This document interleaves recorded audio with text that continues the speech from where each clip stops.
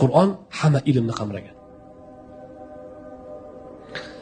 Mana shu joyda yana ham e'tiboringlarni qaratishim kerak bo'lgan nuqta, diniy ilm egasi dunyoviy ilm hozirgi odamlarning tili bilan yoki tajribiy ilmlar egasidan ta'lim olyaptimi?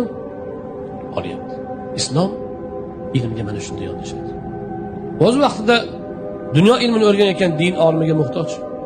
Qalbning sofligini, niyatni poklashni, halol haromni, insoniylikni qayerdan o'rganadi? Siz 1000 yil kompyuter titkilasiz odam bo'lib qolasizmi? Bo'lmaysiz. Maktabda ko'p o'qituvchilarni endi biz hammalari bosh ustiga. Lekin farzand tarbiyasida hammasi nolayotganini ko'rasiz. Aksar bilasizmi? Nimaga?